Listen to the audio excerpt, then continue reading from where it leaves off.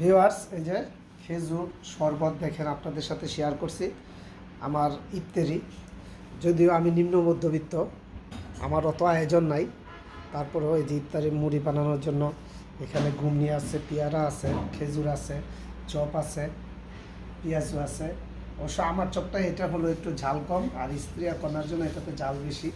তারপরে খাবারের জন্য আছে টমেটো টক, ভাত, ডাল, সাথে সিমের নিরামিষ, 3টা ডিম সিদ্ধ আছে পুষ্টির জন্য, ইফতারের সাথে খাওয়ার জন্য। তো সামর্থ্য যতটুকু কুলায় তার মধ্যে চেষ্টা করি একটু ভালো খাওয়ার জন্য, একটু ভালো করার জন্য। তো আপনাদের সাথে শেয়ার করলাম। আপনারা আমার পাশে থাকবেন, আমার চ্যানেলটাকে সাবস্ক্রাইব করবেন, আমার জন্য একটু দোয়া করবেন। আল্লাহ হাফেজ।